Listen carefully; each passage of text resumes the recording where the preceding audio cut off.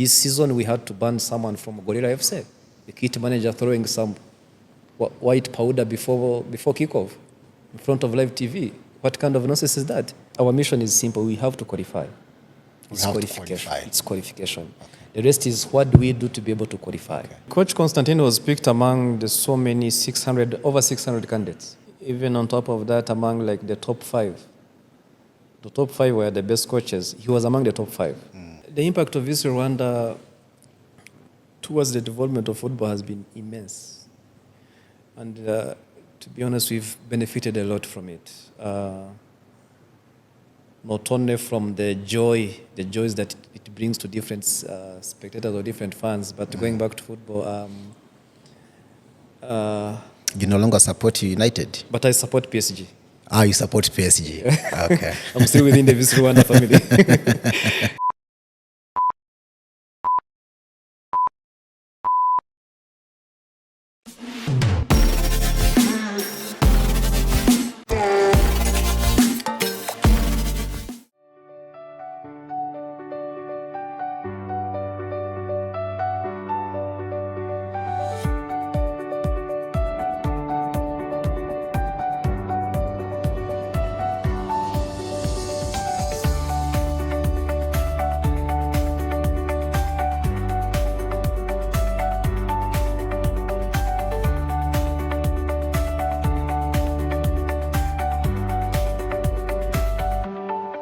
Hello, and you're welcome to yet another edition of The Context by The New Times. Today, we are going to discuss an important subject yet again. This one has to do with what is so close to so many people's hearts. Talking about football, the beautiful game. Now, in our context, Rwandans, we love our game of beauty of football, and we are just at the end of 2025-26 season. APR has just been crowned the champions. For the first time, we have champions who did not top the table standings. We will be delving into these details, and with me is none other than, in sports you would say, a journeyman. This is Boni Mugabe. Boni Mugabe is the Secretary General of Rwanda Football Association, FERWAFA. Boni, welcome on The Context. Thank you so much, James. Pleased to be here. And I did make reference the fact that you have traveled far and wide.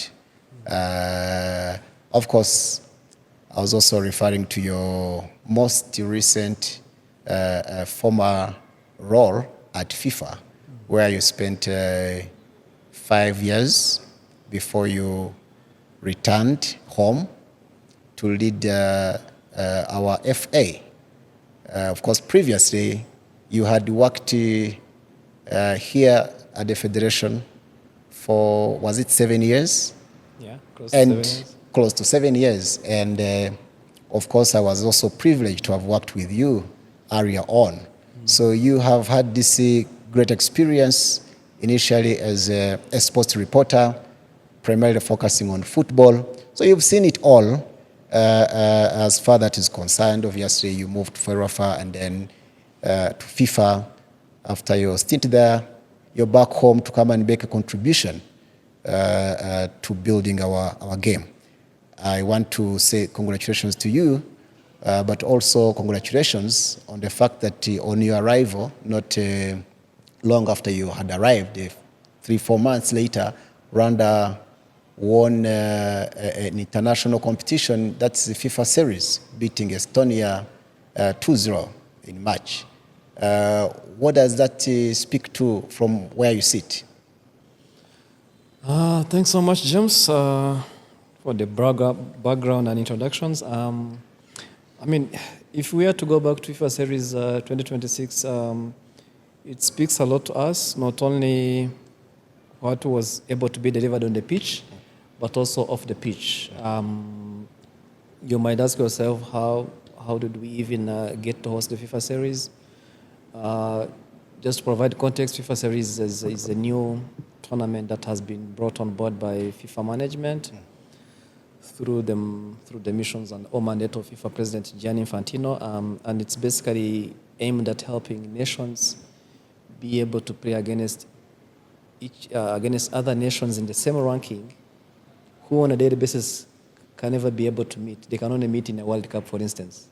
And you may never qualify for all the cup. Of course. Oh, for a long time. Of course. Yeah, let me say. Yeah. But this initiative helps nations to be able to meet different nations in the same ranking group and also gain the experience in terms of the players, but also for the coaching staff to be able to test different systems and etc. regarding the performance of the national teams.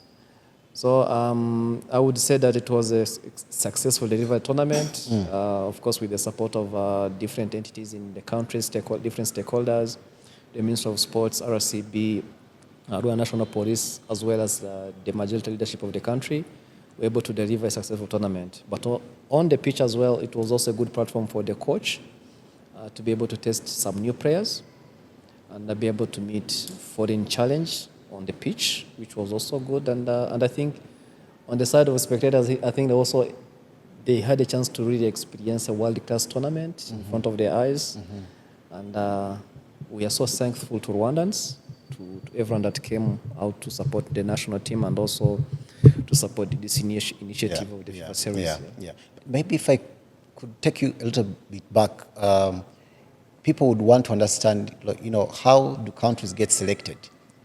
What kind of effort, what kind of work goes into getting your country selected to participate, let alone to host FIFA series tournament?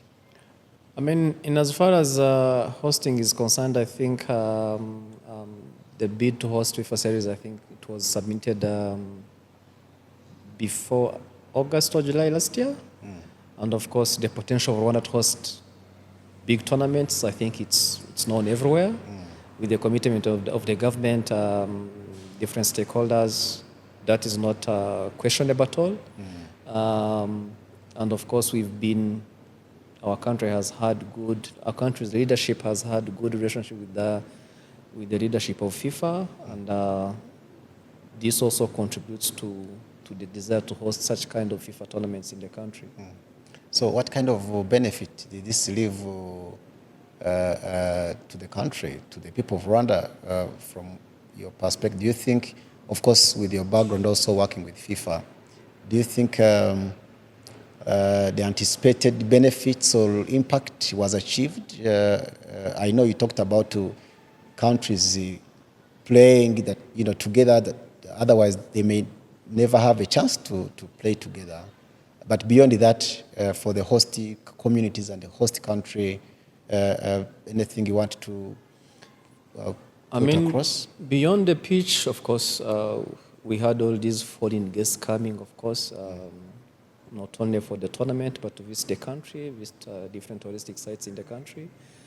And also, it was also a good platform for different service providers to be able to benefit from the community that was coming on board in the country, from the accommodation and hotel sectors, daily service provision at the stadiums in terms of food and beverages, and overall the experience that each stakeholder managed to get out of this tournament. It's not something that is really tangible, but it's an intangible, let's say, benefit that you are unable to quantify, but it also promoting the country, opportunity for the country to be able to foresee what we have in terms of visibility.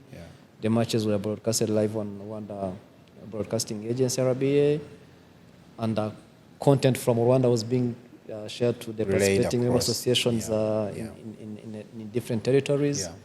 So I think we benefited so much that. Just like I said, that is not really easy to quantify, but in the records, it's there. Now, you did, Aria, talk about the fact that this was also an opportunity, a platform to try out, new players. And of course, Rwandans have seen new faces, including three siblings, the Mikel's brothers. And of course, you and I, having been ardent fans of football and keen followers of football for some time now, we always asked, we hear about these names, these Rwandan kids abroad doing well. What's missing? Why can't they come and represent their country? So now we are seeing new faces. We saw the other day Imran, joined the camp ahead of the upcoming qualifiers, AFCON. This new momentum,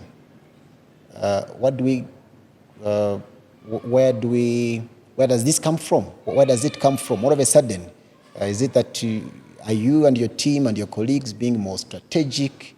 Is it that these kids are increasingly proud to be Rwandans and to identify with Rwanda? What is it that bring about this kind of momentum? I think the momentum is driven by different factors, but of course the desire to see a strong national team. Okay.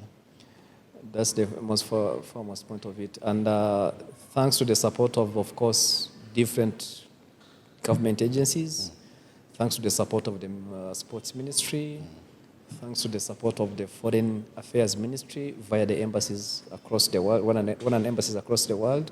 Also, diplomatic missions are involved in this whole process. And from a technical level, we have different scouts that are scattered across the globe. Okay. So as long as we identify that there's a capable Rwandan player, then we get to involve we get to collaborate with different agencies via the means of sports to help us reach out to these parents, via our embassies, via Rwandan communities based abroad, to see how best we can bring players that can add value to the national team. So that's our focus, and we are continuing to do that.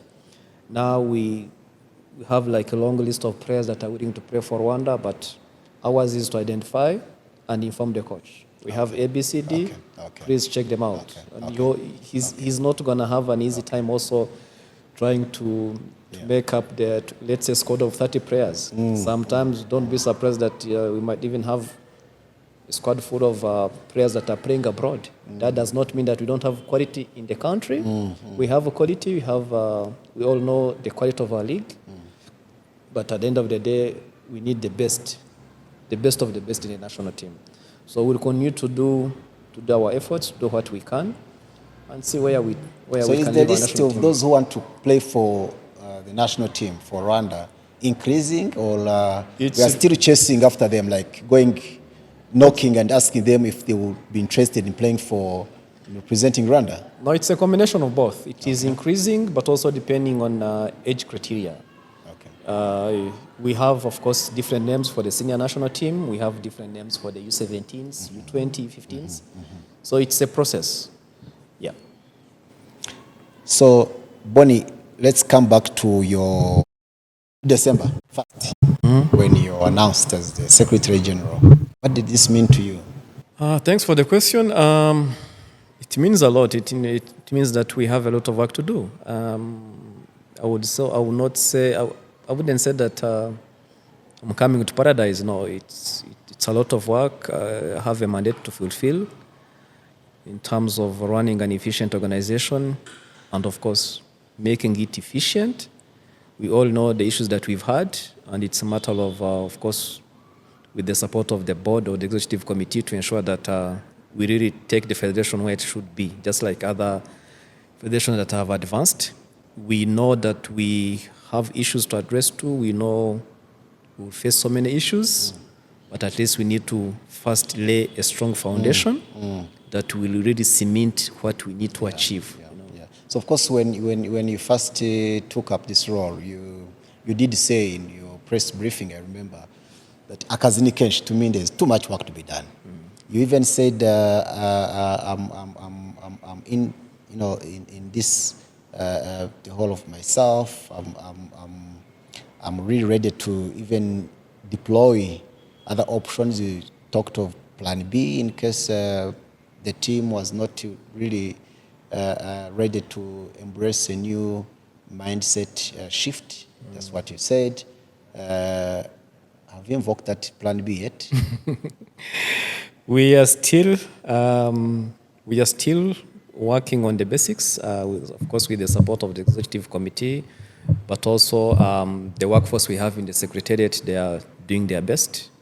Of course, we have room to improve, but time is not our friend. So much as we need to deliver and work 24/7, because we are delivering on the mandate of Rwandans. We are here to serve Rwandans at the end of the day. So it's not like it's my property or someone's property. It's a mission we need to achieve. To be able to achieve that mission, we need some basics to do one ABCD. So if ABCD is not done the right way, then we won't be able to achieve the mission that we have. We've been trying to qualify for AFCON for now 22 years. Yeah. We last featured in 2004. And yet you are saying we must keep the fight. How do you inspire a team that knows that for 22 years we have failed to qualify for just African Cup of Nations? Thanks. That's a good question. I mean, the qualification campaign last year wasn't good. It's unfortunate, but despite the negative part of it, we also have to pick up the positives and we move on. Being able to finish third in the group also helped us to not find ourselves among, let's say, the strongest groups that we have for 2027 qualifiers. You know, which I think we'll talk about it separately. Oh, so you look at it from the other side of the coin. Yeah, I'm looking at it from the other side of the coin, because at the end of the day, not everyone is going to be a winner. Not everyone will have to qualify for AFCON that has 32 countries or 48 for the World Cup. But it depends, what do you do to be able to qualify? So we've picked our lessons, we've moved on, and we're now focusing on the next qualification campaign. It wasn't so easy because there were so many issues. I mean, from the players, the coaching staff. So we had to revamp everything. But in the process of revamping everything, that's when, of course, we had the facilities coming on, new staff, new players, new mindset, which I think will guide us to the campaign that we are about to start in September. So, what do you think we stand a chance, of course, against Mali, Cape Verde, and it's Liberia in that group? Where would you place Rwanda? I mean, on paper, people might say we don't have a chance, but on the pitch, I think we have a chance.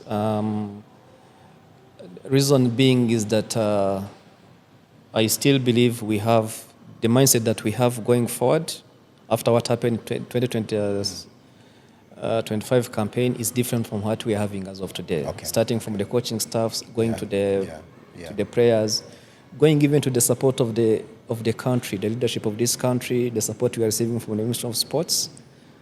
I think we are trying to build something that will leave a positive impact.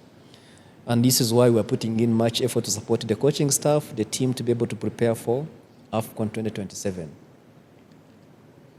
Our mission is simple. We have to qualify. It's qualification. The rest is, what do we do to be able to qualify? On the pitch, off the pitch. So we need to support the boys and the team. Especially knowing that after this edition, we'll have to wait for another, is it 4 years? Yeah, we're going to wait for another 4 years, but in between we have a new tournament. A new tournament. Yeah, the Nation Series. But you talked of the coaching staff, and that also, of course, brings me to an important point. The head coach, Stephen Constantine, a man who has been part of this before, who got is returning to manage to coach the national team, our national team. And obviously, I think records show that he managed to take us to our highest ever ranking in the FIFA rankings, right? And that was 64. how much of a factor or how big a factor is Coach Constantine in this effort, in this campaign that you just talked about? I mean, Coach Constantine was picked among the so many over 600 candidates. And even on top of that, among like the top 5. The top 5 were the best coaches. He was among the top 5. He was among the top 5 as the best coaches in Africa, actually. Even, it's what I was telling my friends, even within that window to shortlist our coaches, the remaining 4, they were being picked by different nations. Burkina Faso, Comoros, etc. But going back to Coach Constantine, in 2015, of course, we had qualified. It is not up to him that we didn't qualify because of the reasons we all know, maybe Dodilari scenario. But just like he has already said, he has unfinished business, because even back then, if you're to see what he had built in the shortest time that he was here, you will see that he wants to take us somewhere.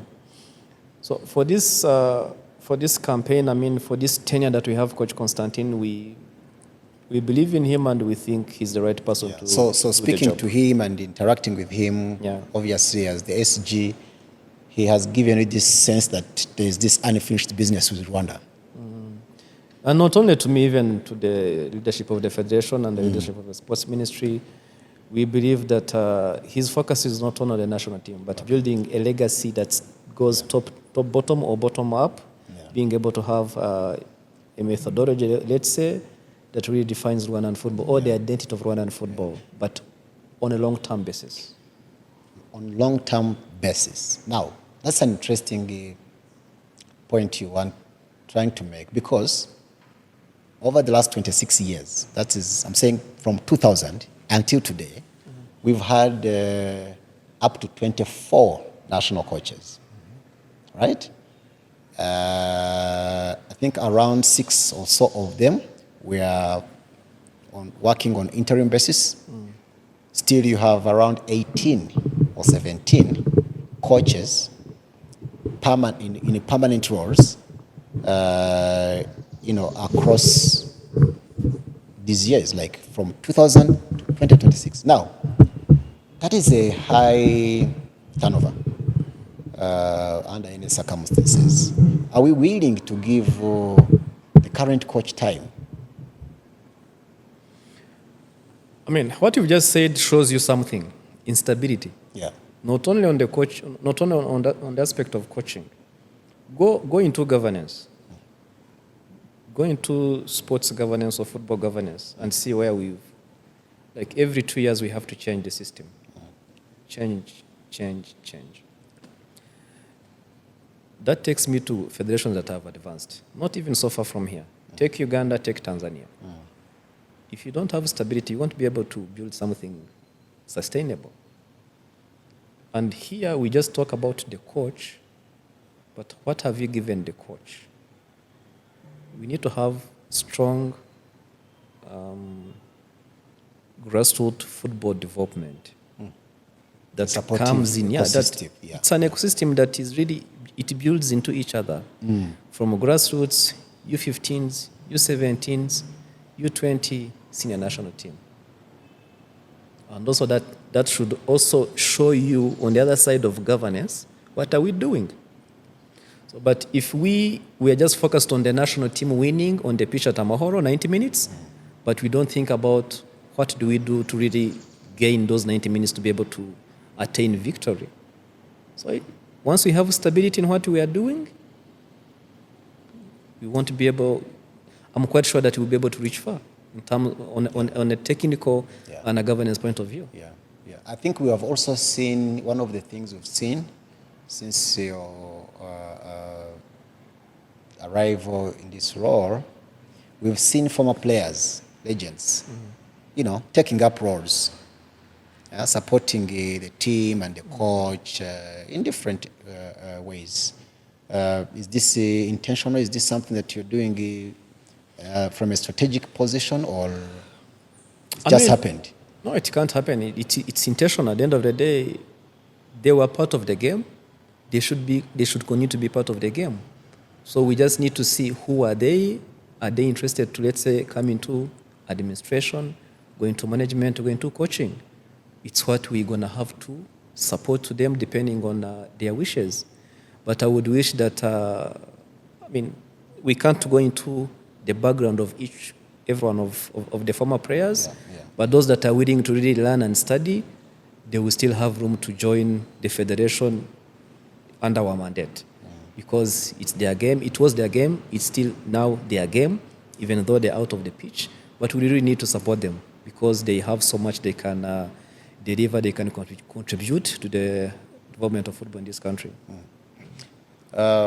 Maybe a little bit more of back to your background. With your recent time at FIFA, how is your experience from FIFA helping you to deliver in your current role? You know, the experiences, the interactions you had there, the insights, the learnings. How critical has that been to your position today? Yeah, thank you so much. My stint at FIFA was really educative, and it really helped me to grow and to grow my understanding of modern football, especially from a governance point of view. Of course, you're exposed to everything on the top level in terms of football management, the way events are delivered, etc. But the most important thing is that you're able to build that kind of connection. You have different friends across the world. If you meet any difficulty in your daily business, you're able to call someone. Or if someone has any issues here and there, the connection that we get to gain from the time I was there, it's really helpful, and it's helping me on a daily basis to even improve what I'm doing for the federation. Isn't that at odds with our own local, domestic experience? In a league where people believe so much in things like witchcraft, marozi, voodoo, and instead of that's at odds with the mindset, the thinking that you're bringing to this role. How are you navigating this, and maybe also to expound on that, how are you going to help raise those standards, really? Thank you so much. It's at odds, but it's a mindset that we need to change. We need to keep on building and advising, taking them to lessons, telling them this is not right, this is the right way to do things. It's not something that we're going to change over 24/7. It will take time. But at least the mindset that we're having on a daily basis, the way we run the secretariat, the vision that we have, sometimes some people will have to get out of the way because that kind of mindset cannot take us anywhere. Is it a problem for our game? Of course it is. Of course it is. It's something that I cannot shy away and say it is. So people believing in witchcraft and all this kind of shady stuff is a problem for our football. Of course. And has been for a while. Yeah. Do you think we can eclipse this? Do you think we can outgrow this? We've started actually. We've tightened our regulations. We have the disciplinary and ethics code, which clearly shows that if you're involved in such kind of stuff, you'll be banned even for life. Like this season, we had to ban someone from Gorilla FC, the kit manager throwing some white powder before kickoff in front of live TV. What kind of nonsense is that? We cannot continue to accommodate that. As long as we have facts, we'll be able to do what we can in our capacity as the federation, because there are so many issues that we are unable to handle. Let's say match betting, where we'll need the support of different entities. Let's say our Rwandan Investigation Bureau plus Interpol, because this is not something that is really done here. It's how can I say it? It's a group of, I would say, criminal gang or group. It's a network that starts from the country, goes until Europe or Asia. It's there, but people don't want to say about it. Even those involved, you find them that they are part of the different clubs. If we are unable to root out such kind of behaviors, we cannot be able to match the nations that have managed to develop. So it's like it's a battle, it's a challenge that we have to work with and find a means of addressing it. Yeah. Now there's this elephant in the room called corruption. There's a general sense that football is very corrupt, that our football community or space is riddled with too much corruption. Obviously, some people will dismiss it and say, well, after all, it takes over, that we have seen this also at FIFA. And how serious is this issue of corruption in our game? And how much, how does it compromise the integrity of the game? I mean, it goes back to what I was saying. Match betting and corruption, they go all along together. But from a regulatory point of view, it's all about tightening your regulations from governance, from financial controls. I mean, on a regulatory point of view. But again, helping our member association or clubs to also improve this sector, financial governance. And again, working with different entities, just like I've said, RIB and Interpol, to be able to root out these bad behaviors. People might not say it's there because we don't have facts, but it's there. Sometimes it's visible, but sometimes as a federation, there are things you have in your control. Yeah. There are things that you need the support of the different agencies to be able to really root out such kind of behaviors. But we are heading there as well. I've also seen some structural reforms here and there, the strengthening of the league, association itself, the clubs. How are you working with them? And what does that collaboration that we are starting to see, what does it mean in terms of the country achieving its targets? So Rwanda Premier League is an affiliation entity of FERWAFA. So it's under FERWAFA. And of course, creation of Rwanda Premier League is to ensure that we're able to tap into this issue that we have of lack of sponsors. But you see, when you have like an independent entity like Rwanda Premier League, run professionally, that will change the perspective or the perception that people have on Rwandan football. So they are doing great work. We work on a daily basis, of course, myself with the CEO. And aim is to ensure that we change the narrative that is on this Rwandan football scope in terms of the professionalism of the league, of the club, and also be able to see, can we jump into the top leagues in Africa, for instance.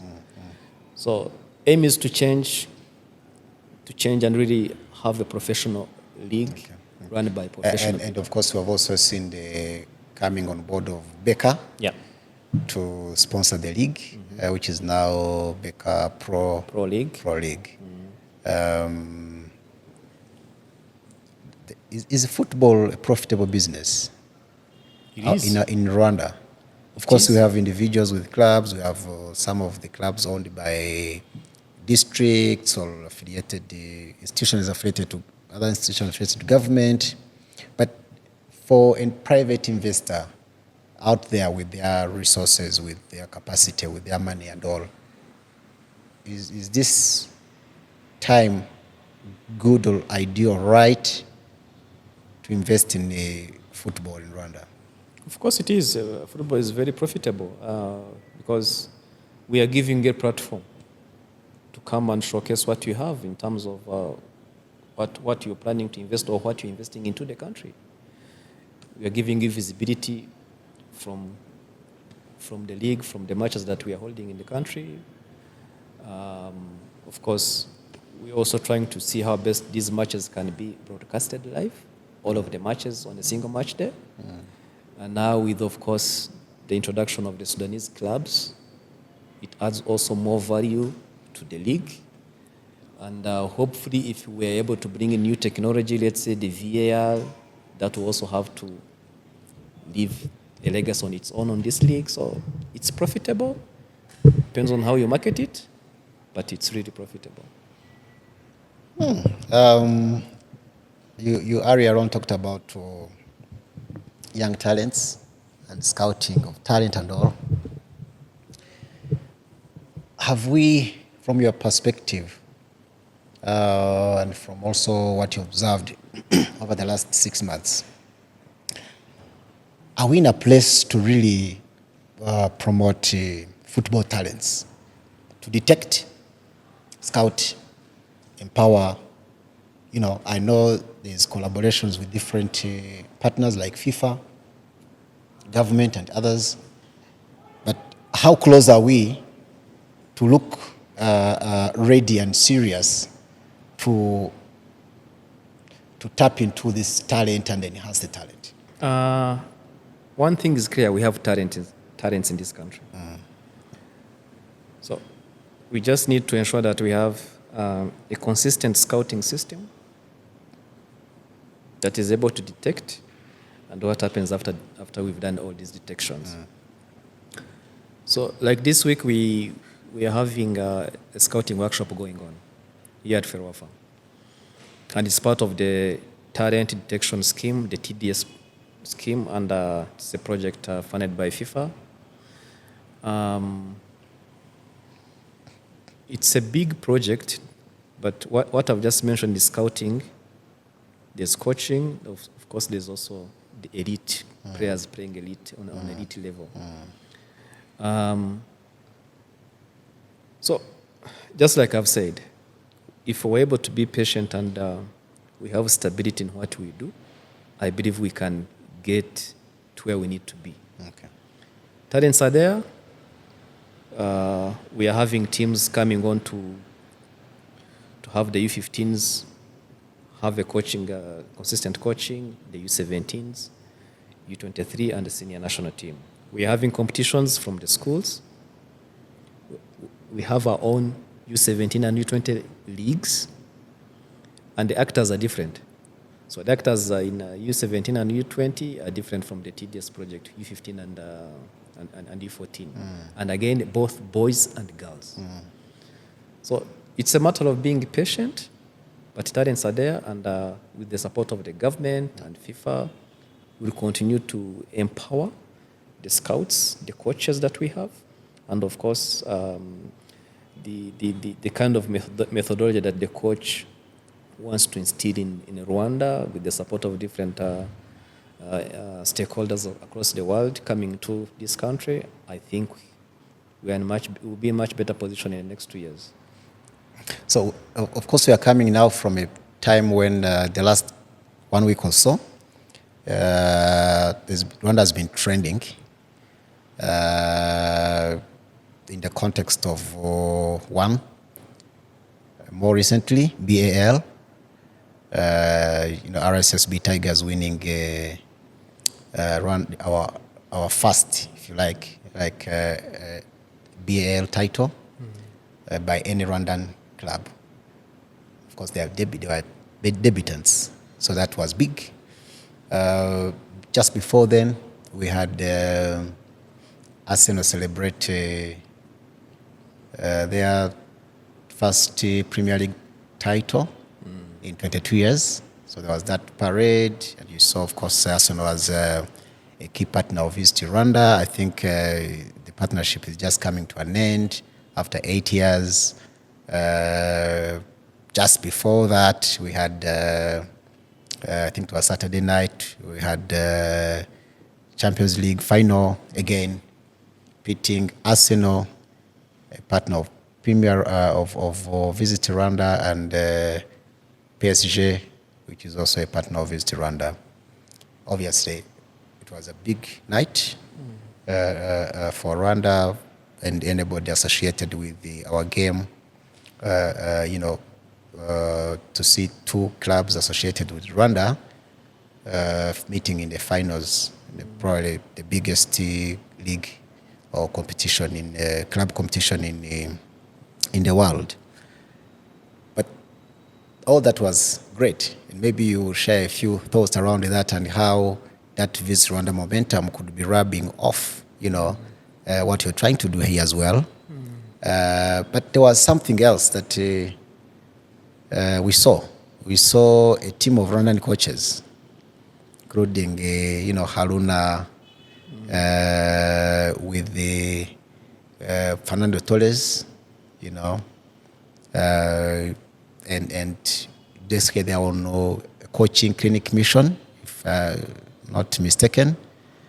And earlier you talked about coaches and all this. Of course, we have PSG Academy here. We have Bayern supporting also in football. Talk to me about the impact of Visit Rwanda partnerships on our football. I mean, the impact of Visit Rwanda towards the development of football has been immense. And to be honest, we've benefited a lot from it.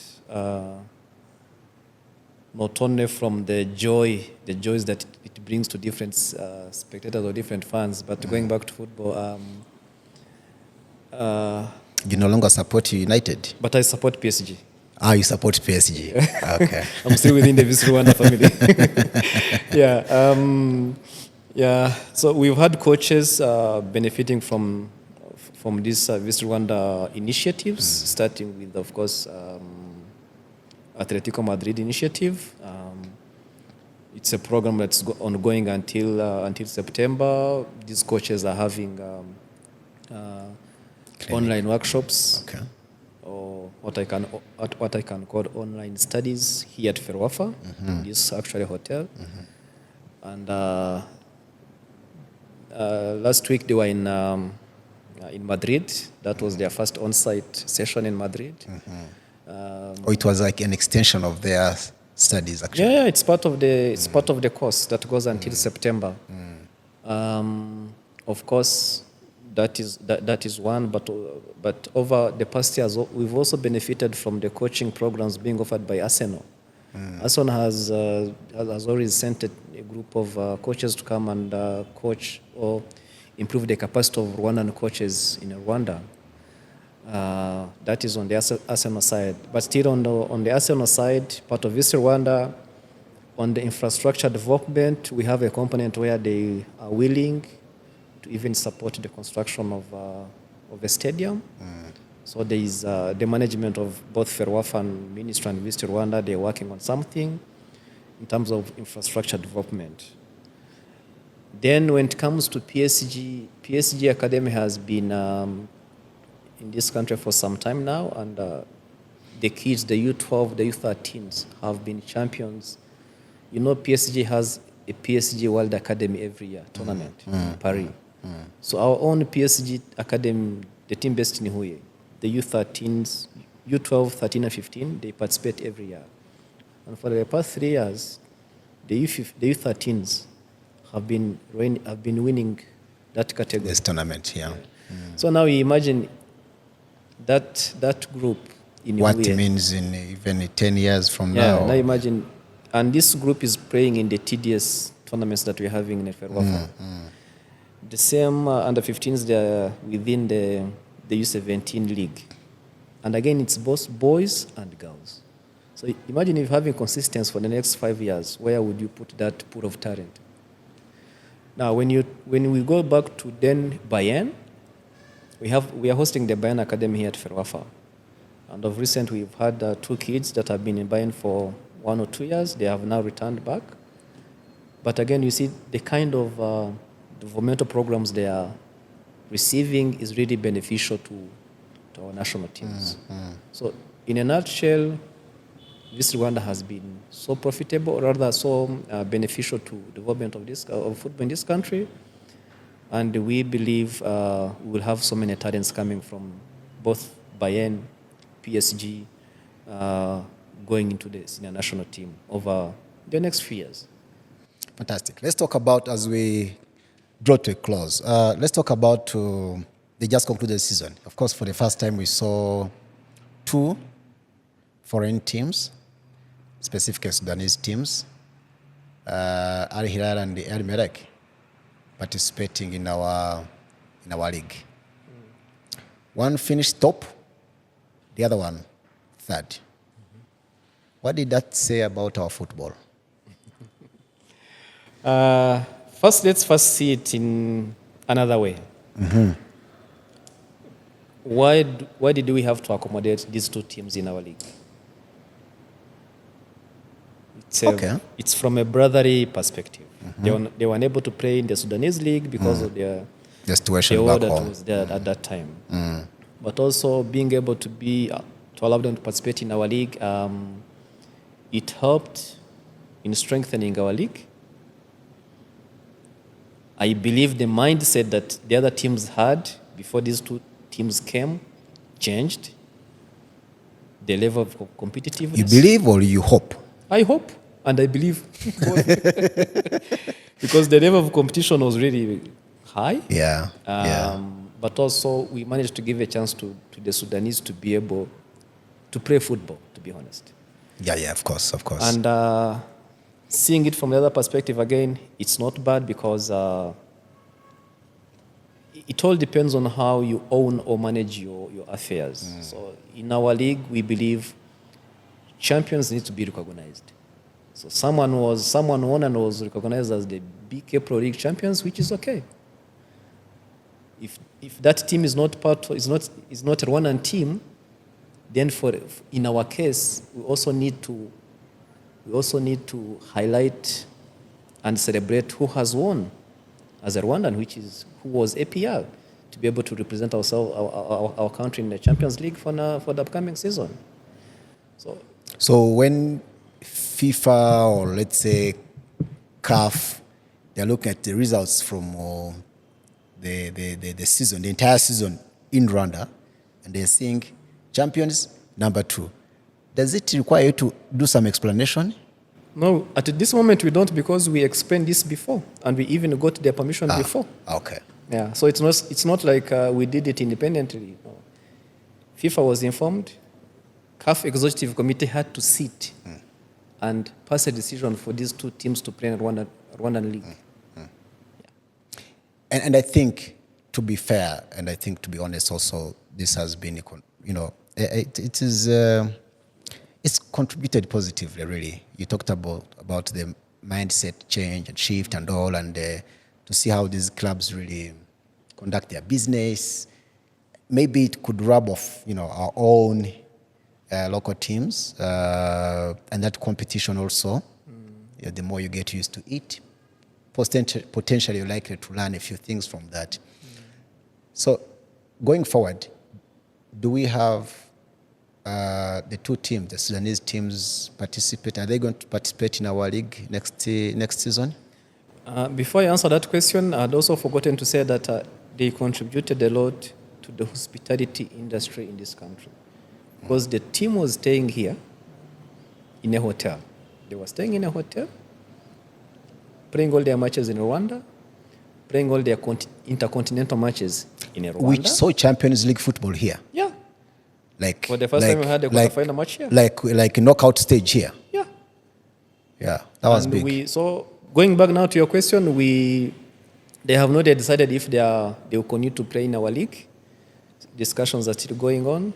Matches discussions are still going on for them to be able to return back home as well, play their CAF Champions League matches here. Oh, here, okay. So, yeah. Okay. So discussions are still going on, and once a decision has been reached. Where are you leaning? Would you rather they continue playing in our league, or? Of course, I'm not against it. Okay. Because they add value to our league. Whether some people don't want to hear about this, but they add value to our league. And we are learning a lot from them, not only on the pitch, but also off the pitch. How are they organizing their team? Yeah.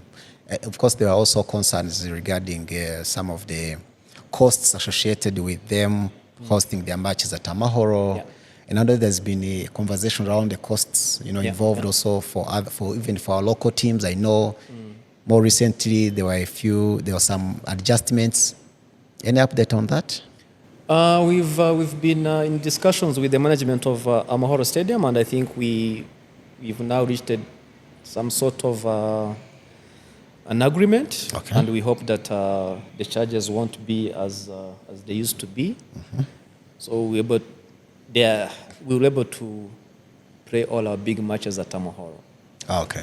being continental or even the local ones. Because also the management of Amahoro Stadium, they would love to see Amahoro Stadium being used on a regular basis. Yeah, Which I believe every Rwandan would want to. Yeah. How big is the fact? How significant or how important is having facilities like Amahoro, and of course this accommodation facility sponsored by FIFA? And the training pitches and all. How important is it in the effort to grow this game, football? They are really very beneficial. It's good to have infrastructure in place because they help a lot in the development of the game. Technically, kids need pitches like this one at FERWAFA. And it's good that with the support of FIFA now, we already have 4 big pitches across the country. We now have 10 mini pitches being constructed across the country. Once those are completed, FIFA will give us another 20 to make it 30 in total. So really, infrastructure, I would say that it's like a basic of everything. So we're talking about 30. Is it one per district?